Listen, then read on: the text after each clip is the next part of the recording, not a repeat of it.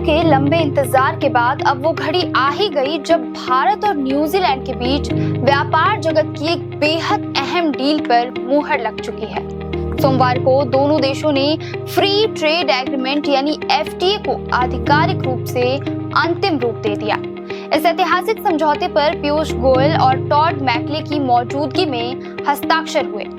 अब सवाल ये है कि आखिर ये डील आम लोगों की जिंदगी, व्यापार और रोजगार पर कितना असर डालने वाली है और क्या वाकई ये समझौता भारत की अर्थव्यवस्था को नई ऊंचाइयों तक ले जाएगा। आइए इस खबर को विस्तार से समझते हैं। नमस्कार, आप देख रहे हैं सरल संदेश और मैं हूं आपके साथ शालिनी। भारत और न्यूजीलैंड के बीच हुआ फ्री ट्रेड एग्रीमेंट अब सिर्फ एक कागजी समझौता नहीं बल्कि करोड़ों लोगों की उम्मीदों से जुड़ा एक नया अध्याय बन चुका है। भारत और न्यूजीलैंड के बीच हुआ फ्री ट्रेड एग्रीमेंट एक ऐसा बड़ा समझौता है जिसका सीधा असर आम लोगों से लेकर बड़े उद्योगों तक पड़ेगा। आसान भाषा में समझे तो एफटीए का मतलब होता है दो देशों के बीच व्यापार को आसान और सस्ता बनाना। इसके तहत दोनों देश एक दूसरे के सामान पर लगने वाले टैक्स को या तो कम कर देते हैं या तो पूरी तरह से खत्म कर देते हैं ताकि व्यापार तेजी से बढ़ सके।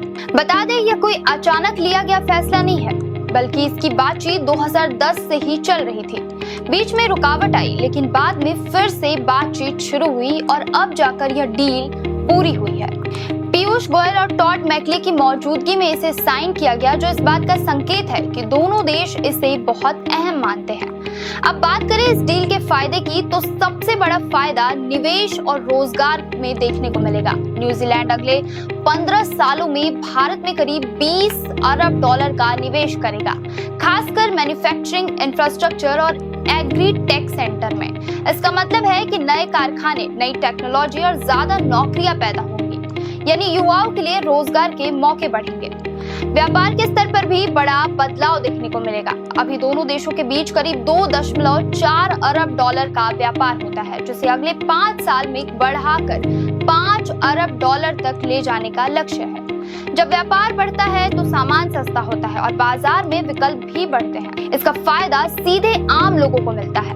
इस डील का एक और बड़ा फायदा भारतीय प्रोफेशनल्स को होगा। हर साल करीब 5000 भारतीय स्किल्ड लोग जैसे इंजीनियर, डॉक्टर, टीचर और आईटी एक्सपर्ट्स न्यूजीलैंड जाकर 3 साल तक काम कर सकेंगे। खास बात यह है कि पहली बार Ayush doctor, yoga trainer, chef और म्यूजिक टीचर्स को भी इसमें शामिल किया गया है।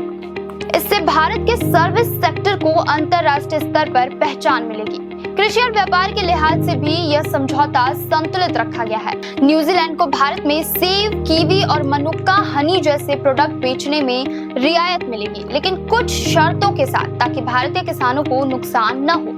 वहीं भारत ने अपने संवेदनशील सेक्टर जैसे डेयरी, दाल, चीनी को इस समझौते से बाहर रखा है, जिससे घरेलू उद्योग सुरक्षित रहे। तो कुल मिलाकर भारत और न्यूजीलैंड के बीच हुआ ये फ्री ट्रेड एग्रीमेंट सिर्फ व्यापार बढ़ाने का जरिया नहीं बल्कि भविष्य की संभावनाओं का एक बड़ा दरवाजा है। जहां एक ओर निवेश और रोजगार के नए मौके बनेंगे तो वहीं दूसरी ओर भारत की वैश्विक पहचान और मजबूत होगी। अब देखना ये होगा कि इस समझौते का फायदा जमीनी स्तर पर कितनी तेजी से पहुंचता है। फिलहाल ये डील भारत के आर्थिक सफर में एक मजबूत कदम जरूर मानी जा रही है।